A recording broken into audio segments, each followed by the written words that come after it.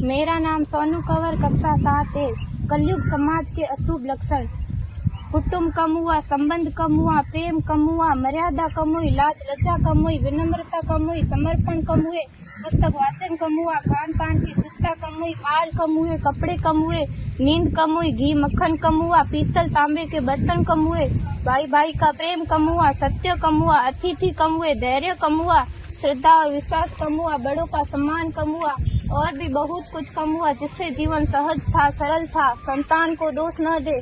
बालक या बालिका को इंग्लिश मीडियम में पढ़ाया, अंग्रेजी बोलना सिखाया। बर्थडे और मैरिज एनिवर्सरी जैसे जीवन के शुभ प्रसंगों को अंग्रेजी कल्चर्स के अनुसार जीना ही श्रेष्ठ माना।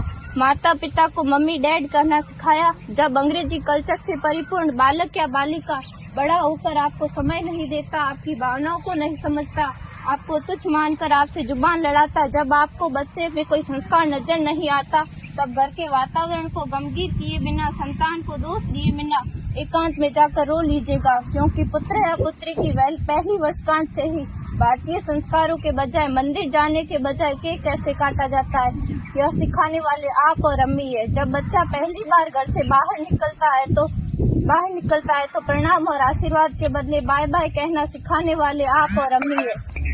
हम परीक्षा देने जाते समय इष्ट देव बड़ों के पैर छूने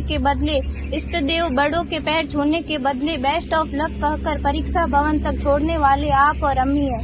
बालक या बालिका के सफल होने पर घर में परिवार के साथ बैठकर खुशियां मनाने के बदले होटल में पार्टी मनाने की प्रथा को बढ़ावा देने वाले आप और अम्मी है। बालक या बालिका के विवाह के पश्चात कुल देवता देव दर्शन भेजने से पहले हनीमून के लिए फॉरेन टूरिस्ट स्पॉट भेजने की तैयारी करने वाले आप और अम्मी है। ऐसी कई ढेर सारी अंग्रेजी कल्चर्स को हमने जाने अनजाने स्वीकार कर दिया है। अब तो बड़े बुजुर्गों के पैर छूने में भी शर्म आती है। गलती किसकी? मात्र आपके माता और पिता की। अंग्रेजी अंतर्राष्ट्रीय भाषा है से काम का जेतु सीखना है, अच्छी बात है, लेकिन इसकी संस्कृति को अपने जीवन में उतारने की तो कोई बाध्यता नहीं थी। अपनी समृद्ध संस्कृति को त्याग कर नैतिक मूल्यों, मानवीय संवेदनाओं से रहित अन्य सभ्यताओं की जीवन शैली अपनाकर हमने क्या पाया? अवैध संबंध, टूटते रिश्ते, व्यसन युक्त धन, हत्यारे मन, छल भरे रिश्ते, अनुशासनहीन संतानें, असुरक्षित समाज। एक बार विचार जरूर कीजिएगा कि संस्कारवान पीढ़ी क्यों आवश्यक है।